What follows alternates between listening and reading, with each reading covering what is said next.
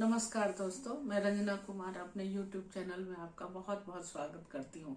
आज मैं आपको एक नंबर 19 नंबर से बनने वाले एक नंबर के एट्रीब्यूट बताऊंगी। पिछले वीडियो में मैंने बताया था 10 नंबर से बनने वाले जो एक नंबर है उसके बारे में।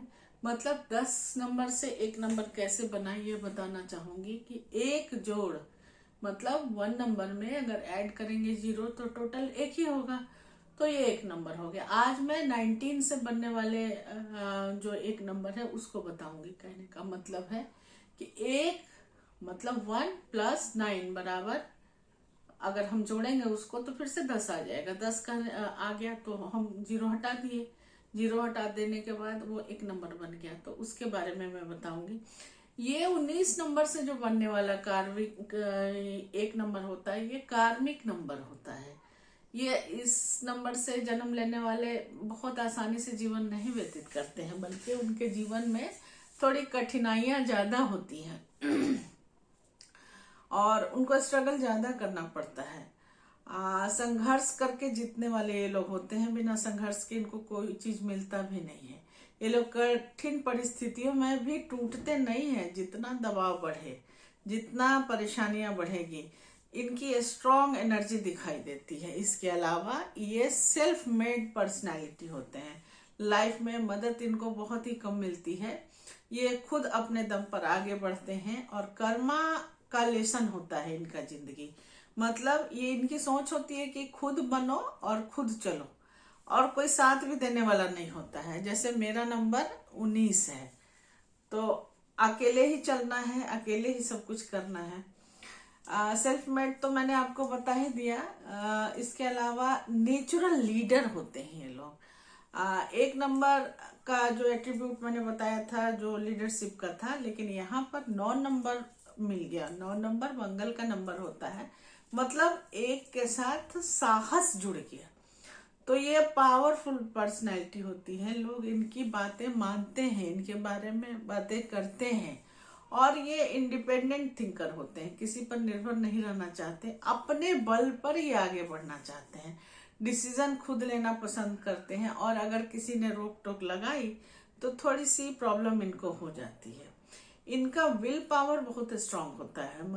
ये लोग जो ठान लेते हैं वह करके ही दिखाते हैं। ये दिखाना क्या, इनको चैन ही नहीं मिलता। ये बार बार चाहते हैं कि अपना सोचा हुआ काम में जल्दी से जल्दी पूरा करके खत्म करो, और इनके जीवन में इम्पॉसिबल शब्द इनके लिए नहीं होता। इम्पॉसिबल ये मानते ही नहीं है किसी चीज को। अगर ये ठान ले तो करके ही रहेंगे। कुछ पास्ट कर्मा क्लीनिंग भी होती है, जिसके कारण इनको थोड़ा सा अचानक से प्रॉब्लम आती है। 19 नंबर वालों की लाइफ में अचानक से गिरावट या अचानक से उन्नति, अचानक बड़े बदलाव देखे जाते हैं, क्योंकि 19 नंबर कार्मिक क्लींजिंग का नंबर है। पिछला जन्म का कुछ कर्मा होता है जो इस जन्म में आता है, और वो इनको थोड़ा सा स्ट्रगल भी देता है। लाइफ की शुरुआती जीवन में बहुत रुकावटें रहती हैं, लेकिन एंड रिजल्ट हमेशा सक्सेस देता है। ईगो लेसन्स इनको मिलते हैं। यूनिवर्स इन्हें ईगो कंट्रोल का लेसन देता है। अगर ईगो हाई है तो बाधाएं आएंगी। हम्बल होते हुए ही ग्रोथ की शुरुआत होती है, और ग्रोथ में आगे बढ़ते हैं ये लोग। इसके अलावा टीम संभालने मैनेजमेंट स्किल बहुत तगड़ी होती है इनको। टीम को संभाल सकते हैं। अपने फैमिली और अपने कर्म के प्रति ये लोग हाईली रिस्पॉन्सिबल रहते हैं। प्लानिंग इसमें इन नंबर वाले में, जैसे 19 नंबर के व्यक्तियों में प्लानिंग जो है वो नेचुरल टैलेंट होता है। ये हर काम प्लानिंग करके ही करते हैं। मैंने बता ही दिया आपको कि टीम मैनेजमेंट और प्लानिंग बहुत अच्छा करते हैं।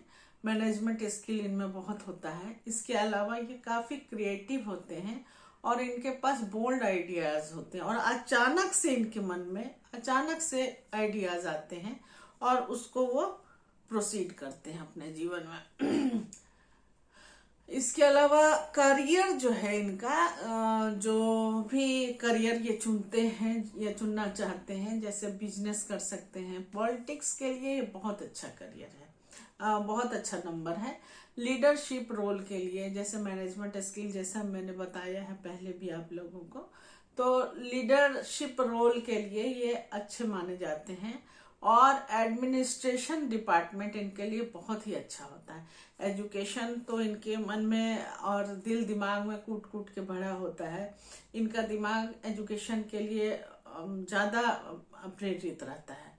फाइनेंस डिपार्टमेंट में भी ये जा सकते हैं, इसके अलावा रियल एस्टेट में भी जा सकते हैं, क्योंकि मंगल भी जुड़ गया ना, 1 और 9 मिलकर के जो नंबर बना है, तो 1 नंबर सूर्य का हो गया और 9 नंबर मंगल का हो गया, तो रियल एस्टेट में भी ये लोग आगे जा सकते हैं।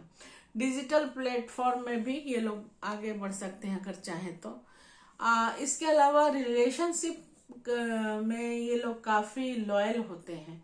रिलेशनशिप में अगर इन्होंने किसी चीज की कमिटमेंट कर दी किसी रिलेशन के लिए, तो ये आजीवन निभाने की कोशिश करते हैं। कोई भी पार्टनर है, चाहे बिजनेस पार्टनर है या फिर लाइफ पार्टनर है, उसके लिए लॉयल रहते हैं और लॉयल्टी की उम्मीद भी करते हैं। लेकिन रिलेशनशिप में बहुत कंट्रोल चाहते हैं, अपनी चलाना चाहेंगे। डीप लव होता है लेकिन ईगो भी स्ट्रांग होता है, जो इनके लिए अच्छा नहीं है। इमोशनल होते हैं, काफी दिल से सॉफ्ट होते हैं, लेकिन ये लोग दिखाते नहीं है कि हम काफी सॉफ्ट हैं। और छोटी छोटी बातों पर हर्ट भी हो सकते हैं और ईगो क्लैशेस भी हो सकता है। ये इन पर शासन कोई नहीं कर सकता, ये अपने हिसाब से चलते हैं। इसके अलावा इनका जीवन ऐसा होता है जिसमें ओवर रिस्पॉन्सिबिलिटीज रहती ही रहती है। जो भी 19 नंबर के लोग होते हैं, चूंकि ये कार्मिक नंबर है इसलिए रिस्पॉन्सिबिलिटी ज्यादा रहती है। और ये मतलब जो रिस्पॉन्सिबिलिटी ज्यादा होने से वर्कलोड ज्यादा होता है और उससे स्ट्रेस भी बढ़ा देता है कभी कभी, क्योंकि इन्हें हर काम खुद ही करने की आदत है। मैनेजमेंट स्किल रहते हुए भी इनको लगता है पता नहीं संभाल पाएगा नहीं संभाल पाएगा, तो मैं ही करके देता हूँ। अच्छा, सडन सेटबैक होता है इनके लाइफ में, अचानक से सक्सेस के बाद डाउनफॉल भी आ सकता है। यह कार्मिक प्यूरिफिकेशन का हिस्सा होता है, जो पिछले जन्म में इन्होंने कर्मा किया था उसका हिस्सा होता है।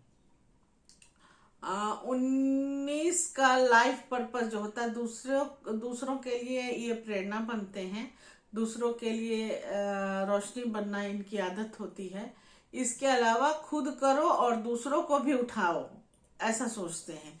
मतलब इतना सेल्फिश नहीं होते कि हर काम मैं अपने लिए ही करूं, खुद भी बढ़ो और दूसरों को भी आगे पुश करो, ऐसा इनका होता है। जब यह बैलेंस आ जाता है इनमें, एक तो बैलेंस की थोड़ी सी कमी होती है, क्योंकि सेल्फ कॉन्फिडेंस ज्यादा होता है और ह्यूमिलिटी, जो ह्यूमिलिएट अगर समाज में हो जाते हैं तो उसको ये बर्दाश्त नहीं कर पाते।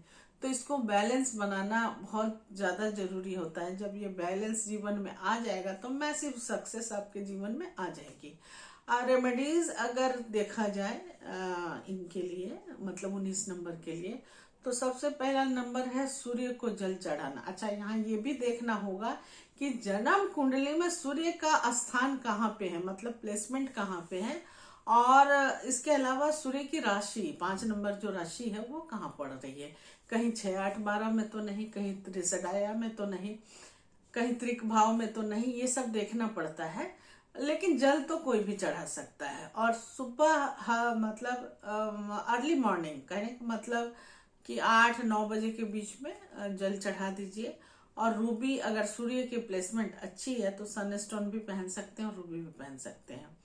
इसके अलावा ओम घृणी सूर्याय नमः मंत्र का जाप भी कर सकते हैं, लेकिन ये देखना बहुत ही जरूरी है कि सूर्य की प्लेसमेंट कैसी है। मंत्र तो ऐसे भी कर सकते हैं। इसके अलावा ईगो को कंट्रोल करने के लिए अभ्यास करते रहना चाहिए, ताकि ईगो बीच में नहीं आए और क्लैरिटी रहे। Past life Karma fast clear होता चला जाए इससे। इसके अलावा हम देखेंगे कि 19 नंबर लोगों के पर्सनल ट्रीट कैसे होते हैं।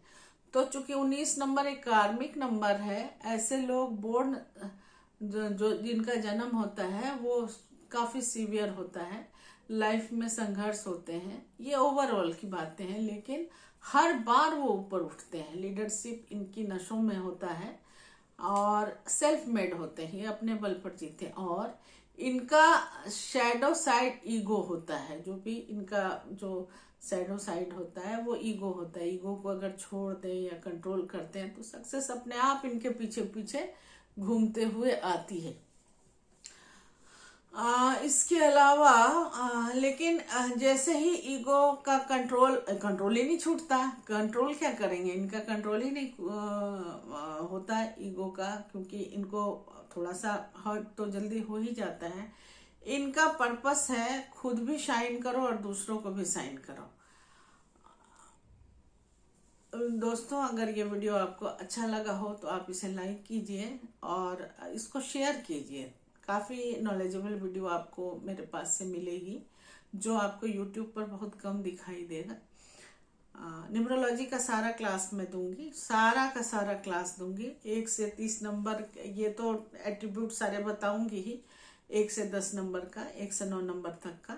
इसके अलावा 1 से 31 तारीख तक के जन्मे लोगों का क्या क्या स्वभाव होगा, क्या उनके लिए अच्छा होगा, क्या बुरा होगा, कैसे लोग होंगे, वो भी बताऊंगी। जैसे 19 तारीख का भी बताया, इसी तरह 1 से 31 तारीख तक का बताऊंगी। और न्यूमरोलॉजी के बहुत सारे चीज बताऊंगी, क्रिस्टल के बारे में बताऊंगी, कौन सा क्रिस्टल किसको सूट करता है, स्टोन के बारे में बताऊंगी। लेकिन केवल नंबर देख के स्टोन धारण नहीं करना है, उसकी प्लेसमेंट देखनी कुंडली में बहुत जरूरी होती है। कई बार 8वें घर में सूर्य बैठा है, हालांकि सूर्य को दोष नहीं लगता है 8वें घर का, लेकिन इसके बावजूद भी अगर 8वें घर में बैठा है और माणिक्य धारण कर लिया तो ये ठीक बात नहीं है, पिता के लिए भी काफी भारी हो जाता है।